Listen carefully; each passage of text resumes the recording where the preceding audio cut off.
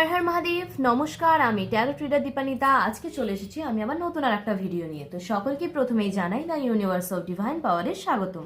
আশা করি সকলেই ভালো আছেন। আজকের এই ভিডিওটা হচ্ছে সম্পূর্ণ একটা জেনারেল কালেকটিভ অ্যান্ড পুরোপুরি টাইমলেস রিডিং। যেহেতু এই রিডিংটা সম্পূর্ণ একটা জেনারেল রিডিং, তো সেক্ষেত্রে কিন্তু এটা সম্পূর্ণ আপনাদের সাথে রেজোনেট নাও করতে পারে, তবে হ্যাঁ, কিছু গাইডেন্স কিন্তু এই ভিডিওর মাধ্যমে আপনারা পেয়ে থাকবেন। অ্যান্ড অবশ্যই এই ভিডিওটা যেহেতু টাইমলেস রিডিং, তো যখন থেকে এই ভিডিওটা আপনাদের চোখে পড়বে তখন থেকে কিন্তু এই ভিডিওটা আপনাদের সাথে রেজোনেট করবে। এই রিডিংটা আপনারা যে কোনো রাশি বা লগ্নের মানুষ হয়ে থাকুন না কেন, যে কোনো ধর্ম বর্ণ যে কোনো জাতির মানুষ হয়ে থাকুন না কেন, আপনারা single, married, committed, unmarried, separated, যে কোনো মানুষ কিন্তু এই রিডিংটা আপনারা দেখতে পারবেন। তো চলুন বেশি দেরি না করে এই রিডিংটা আজকে স্টার্ট করা যাক। আজকের রিডিংটার টপিক হচ্ছে আপনার পার্টনার আপনাকে নিয়ে কি ভাবছে। তো চলুন প্রথমেই দেখে নেব আপনার পার্টনারের কারেন্ট এনার্জি। মনে মনে 3 বার আপনি আপনার পার্টনারের নাম বলবেন, হ্যাঁ, তারপরে এই রিডিংটা আপনি দেখবেন। তো চলুন দেখে নেব আপনার পার্টনার আপনাকে নিয়ে কি ভাবছে।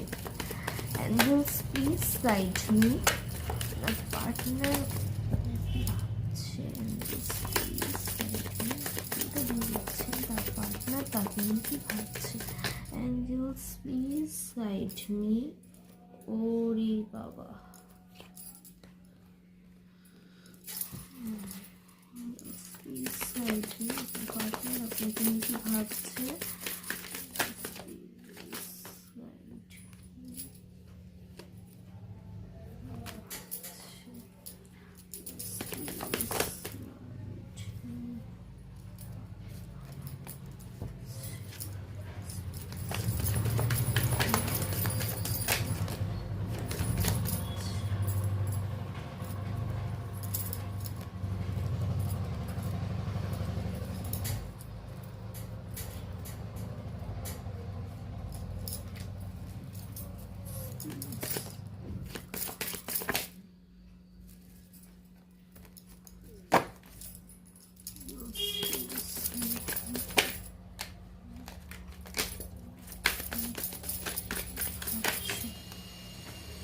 Thank you, Angels. Thank you, Universe.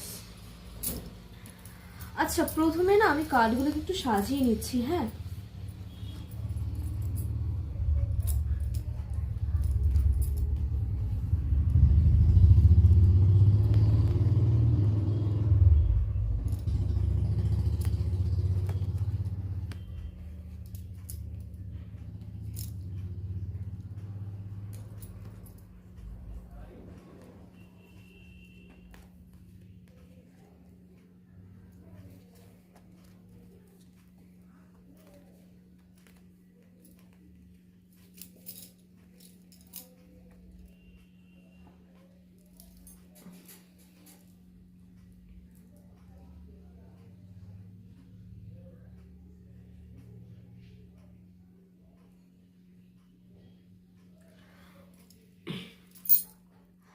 আচ্ছা, প্রথমেই বলবো এই রিডিংটা যারা দেখছেন অনেকেই আছেন যাদের ব্রেকআপ হয়ে গেছে, হয়তো ব্রেকআপ হয়ে গেছে, বা যাদের ডিভোর্স কেস হয়েছে বা ডিভোর্স দেখা গেছে, বা ডিভোর্স ফাইল করেছেন, বা ডিভোর্স হয়ে গেছে। তো কোনো একটা জায়গায় সত্যি কথা মানে তাদের ক্ষেত্রে না একটা জিনিস বলবো, যে তাদের পার্টনার যে খুব হ্যাপি আছে তা কিন্তু নয়। কারণ আপনাদের যে সম্পর্কটা ভেঙে গেছে বা আপনাদের যে সম্পর্কটা নষ্ট হয়েছে, আপনারা এখানে দেখলেও বুঝতে পারবেন দ্য ডেভিলের এনার্জি আর নাইন অফ সোর্ডসের এনার্জি, অর্থাৎ ব্ল্যাক ম্যাজিক তো আপনাদের সম্পর্কে হয়েছেই, এটাতে কোনো সন্দেহ নেই, একদম কনফার্ম ব্ল্যাক ম্যাজিক যে হয়েছে আপনাদের সম্পর্কের ওপর।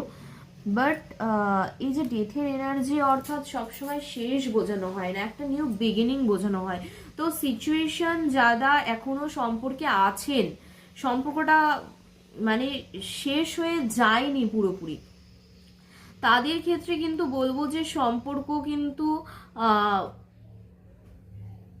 ভাঙার চান্সেস কিন্তু মানে বলবো না যে ভাঙার চান্সেস আছে, তবে হ্যাঁ কিছু একটা আপনাদের রিলেশনে হবে।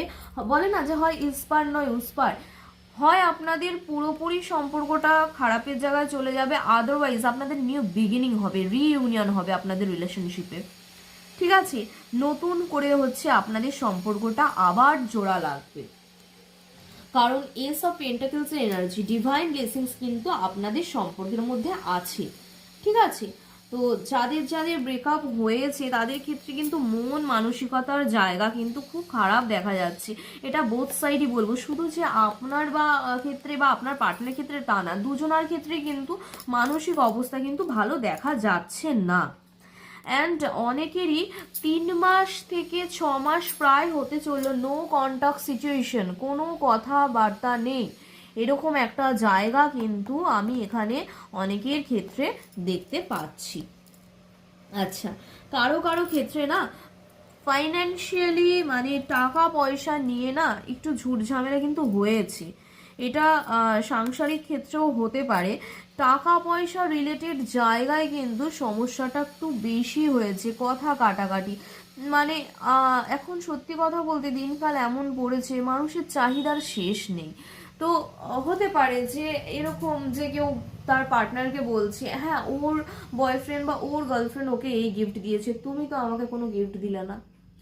এই ভ্যালেন্টাইন্স ডেতে হচ্ছে এর গার্লফ্রেন্ডকে নিয়ে এর বয়ফ্রেন্ডকে নিয়ে এখানে ঘুরতে গেছে, তুমি তো আমাকে নিয়ে ঘুরতে গেলে না, তোমার কাছে টাকা নেই, তুমি কেরিয়ারে কিছু করতে পারছো না। তো এরকম ফাইন্যান্স নিয়ে কিন্তু দুজনার মধ্যে কথা কাটাকাটি হয়েছে, কিংবা কিছু কারণবশত সেপারেশনে কিন্তু এখন বর্তমানে চলে গেছেন বা নো কন্ট্যাক্ট সিচুয়েশন চলছে। তো ফাইন্যান্সও কিন্তু এখানে কারো কারো ক্ষেত্রে ইস্যু হয়ে দাঁড়িয়েছে।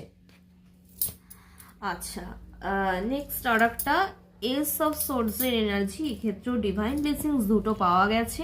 তো নতুন করে কিন্তু আপনাদের সম্পর্কটা ভালো হওয়ার জায়গা কিন্তু রয়েছে, নেই তা কিন্তু নয়। আচ্ছা, অনেকের ক্ষেত্রে না ইম্যাচিওর পার্টনার, ইমম্যাচিওর পার্টনার অর্থাৎ মানে কোনো ম্যাচুরিটি নেই, ম্যাচুরিটি নেই বলতে এটা শুনলে একটু হাস্যকরও মনে হবে। হয়তো ভ্যালেন্টাইন্স ডে একটু টাইম স্পেন্ড করতে চাইছেন পার্টনারের সাথে, হট করে দেখা যাচ্ছে পার্টনার হয়তো গেম খেলাতে ব্যস্ত। অনেকেই আছে যে এখনো ফ্রি ফায়ার বা এরকম লাইক কিছু গেম টেম খেলেন, তো দেখা যাচ্ছে পার্টনার গেম খেলাতে ব্যস্ত। আপনি হয়তো চাইছেন যে আপনার পার্টনারের সাথে একটা লং ড্রাইভে যেতে, সে আপনার পার্টনার হয়তো বলছে যে লং ড্রাইভে গিয়ে কী হবে, তার চেয়ে এক কাজ করি কোনো একটা জায়গায় নর্মাল বসে থাকি, কিছু টাকা সেভ হবে। মানে এটা ইম্যাচিওর, এটা ঠিক খুব একটা ইম্যাচিওরের উদাহরণ কিন্তু আমি দিলাম না, জাস্ট নর্মাল একটা উদাহরণ। বাট এটা ইম্যাচিওর ছেলেরা হয় না বা ইম্যাচিওর মেয়েরা হয় না, মানে একটা ছেলে মানুষই। তো আপনার পার্টনারের মধ্যে না কিছুটা ছেলে মানুষই যে জিনিসটা আপনি নিতে পারেননি, আপনি চেয়েছেন যে সে ম্যাচিওর হোক, সে বুঝুক, সে দায়িত্ব নিতে শিখুক, যাতে সে বোঝে লাইফে কি করা উচিত কি করা উচিত না। তো কোনো একটা জায়গায় না আপনার সাথে কিন্তু আপনার পার্টনারের মানে এই জায়গাটাও এসছে এই কারণে। তো আপনার পার্টনার কিন্তু এখনো ইম্যাচিওরের মতো কিন্তু বিহেভিয়ার রাখছেন, ওনার ইম্যাচুরিটি কিন্তু এখনো পর্যন্ত যায়নি, এখনো সেই একই রয়ে গেছেন উনি। আচ্ছা, উনি কিন্তু কারো কারো ক্ষেত্রে আমি বলবো যে বিয়ের কথা ভাবছে, কারো কারো ক্ষেত্রে কিন্তু পার্টনার বিয়ের কথা ভাবছে। ঠিক আছে, অ্যান্ড বিয়ের কথা শুধু ভাবছেই নয়, আপনাদের কিন্তু বলবে। ঠিক আছে, আপনার পার্টনার আপনাকে কিছু না কিছুভাবে কিন্তু একটা বিয়ের হিংস দেবে। আচ্ছা, এক্ষেত্রে কিন্তু আপনার পার্টনারকে দেখা যাচ্ছে যে আপনার পার্টনার কিন্তু প্রার্থনারত রয়েছে, যে দেখা যাচ্ছে আপনাদের নো কন্টাক্ট সিচুয়েশন, বা এটা কিন্তু আমি ডিভোর্স কেসের ক্ষেত্রে আমি বেশি দেখছি, যে যাদের যাদের ডিভোর্স ফাইল হয়ে গেছে বা যারা ডিভোর্স কেসে রয়েছেন বা ডিভোর্স হয়ে গেছে, তাদের পার্টনার না এখনো ঠাকুরের কাছে প্রে করছে যে যাতে আবার আমরা এক হতে পারি। আবার যাতে আপনাদের রিইউনিয়ন হয়, আবার যাতে আপনি তার কাছে ফিরে যান। তো এরকম প্রার্থনারত অবস্থায় কিন্তু আপনার পার্টনারকে দেখা যাচ্ছে। আচ্ছা, কারো কারো ক্ষেত্রে কিন্তু এক্ষেত্রে বলবো যে মানে আপনার পার্টনার প্রচণ্ড ইগোয়েস্টিক হয়ে রয়েছে। মানে ইগোয়েস্টিক বলতে না, মানে আপনাদের ইগোর কারণেও আপনাদের ঝুট ঝামেলা হয়েছে, বা আপনার পার্টনার কিন্তু এই মুহূর্তেও ইগো ধরে বসে রয়েছে, ঠিক আছে? মানে সে নিজেকে বিরাট কিছু মনে করছে, অ্যান্ড যে জিনিসটার কারণেই আপনি ওনার সাথে ব্রেকআপটা করেছেন, যে ও আচ্ছা, ও আপনার মানে তুমি এরকম করতে পারো, আমি কিছু করতে পারি না, তোমার দ্বারা এটা সম্ভব নয়, তুমি ওটা পারো, আমি এটা করতে পারি না, মানে এরকম এটা মানে দুজনের মধ্যে না একটা কম্প্যারিজনের জায়গা এসছে, অ্যান্ড কম্প্যারিজন থেকে এসছে ইগো থ্রুলি আপনাদের মানে ইগো হার্ট হয়ে রিলেশনটা ব্রেকের জায়গাটা কিন্তু এসেছে, এই একটা। আচ্ছা, কারো কারোর ক্ষেত্রে কিন্তু এখানে আমি এটাও দেখতে পাচ্ছি, এটা আমি ম্যারিড ওমেনদের ক্ষেত্রে আমি একটু বেশি করে বলবো, যে হতে পারে যে আপনাদের হাজবেন্ডের সাথে বা আপনার পার্টনারের সাথে আপনাদের কথাবার্তা এখন এই মুহূর্তে নেই, 3 মাস ধরে হয়তো নো কন্ট্যাক্ট সিচুয়েশন, বাট আপনি কনসিভ করেছেন, আপনার এই মুহূর্তে প্রেগনেন্সি রিলেটেড কিছু ইস্যু এসছে, বাট আপনি আপনার পার্টনারকে শেয়ার করছেন না, বা আপনি যদি মেয়ে হয়ে থাকেন, তো সেই ক্ষেত্রে বলবো আপনার পার্টনারের কাছে, আপনার যদি এরকম কিছু সিচুয়েশন হয়ে থাকে, আপনি আপনার পার্টনারের সাথে কথা বলুন, আপনি সেটাকে মানে বলুন আপনার পার্টনারকে।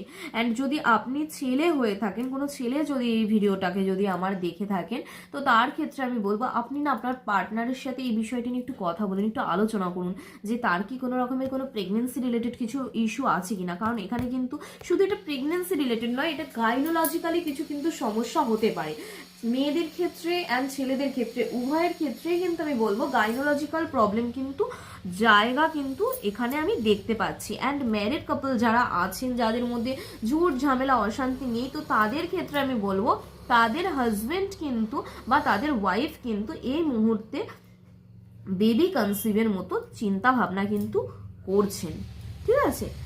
আচ্ছা, লাস্ট যে জিনিসটা হাই প্রিস্টেস এনার্জি, এক্ষেত্রে বলবো আপনার পার্টনার কিন্তু আপনার কাছ থেকে কিছু একটা হাইড করে যাচ্ছে, হয় আপনি আপনার পার্টনার থেকে হাইড করেছেন, আদারওয়াইজ আপনার পার্টনার আপনার কাছ থেকে কিছু একটা হাইড করছেন, হাইড অ্যান্ড সিক কিন্তু ব্যাপার কিন্তু একটা রয়েছে। তো আজকে এ পর্যন্তই কিন্তু ছিল আজকের রিডিং, যে আপনার পার্টনার কি ভাবছে, তার মনের ভেতরে কি চলছে, আজকে সেটা নিয়ে কিন্তু রিডিং দিলাম।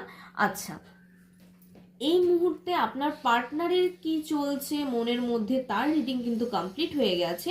তবে একটা ইউনিভার্সাল গাইডেন্স আমি আপনাদের জন্য দেব, যে এই মুহূর্তে ইউনিভার্স আপনাকে কি গাইডেন্স দিচ্ছে।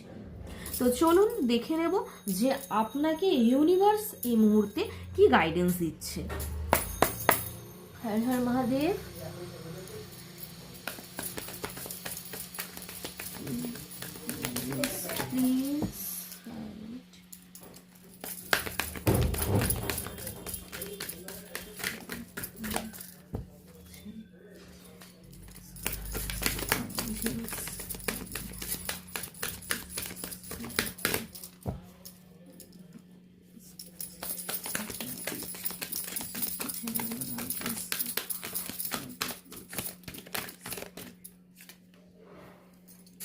Oh wow.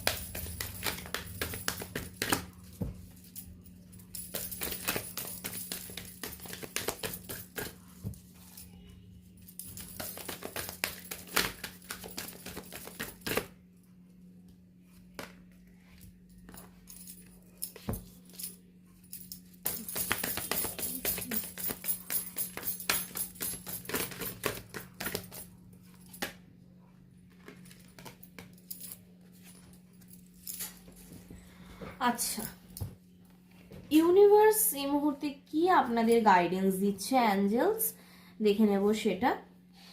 আচ্ছা, প্রথমেই যেটা গাইডেন্স এসছে সাকসেস, তো অবশ্যই হ্যাঁ, আপনাদের রিলেশনশিপে যারা যারা আছেন বা আপনাদের যে রিলেশনশিপে প্রবলেম চলছে সেটা নিয়ে বলবো যে আপনাদের কিন্তু এই জায়গাটা ঠিক হবে। Second, no need to worry, আপনাদের চিন্তা করার কোনো বিষয় নেই, আপনাদের সমস্ত কিছু কিন্তু ঠিক হয়ে যাবে। অ্যান্ড ইমপ্রুভ হেলথ, এক্ষেত্রে বলবো হেলথ অর্থাৎ যে আমাদের স্বাস্থ্যই সবসময় বোঝানো হয় তা কিন্তু নয়, এটা কিন্তু রিলেশনশিপেরও কিন্তু একটা হেলথ মানে বলা হয়, মানে সম্পর্কের মধ্যে সুস্থতা। তো এক্ষেত্রে কিন্তু ইমপ্রুভিং হেলথ, তো আপনাদের রিলেশনশিপ কিন্তু ভালো হবে।